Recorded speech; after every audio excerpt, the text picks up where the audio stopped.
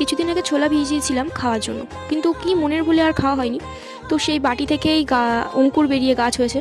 তা সে কী সুন্দর যে লাগছে, আর মাটি ছাড়া যে এত সুন্দর গাছ হতে পারে একটা ভাববার বিষয়। তাই আমি মাকে বলছিলাম, মাও বলছে যে খুবই সুন্দর হয়েছে। তো এইভাবে তো আর রাখা যায় না, তাই ভাবছিলাম এটাকে একটা মাটিতে রাখবো বা মাটির কোনো পাত্রে রাখবো।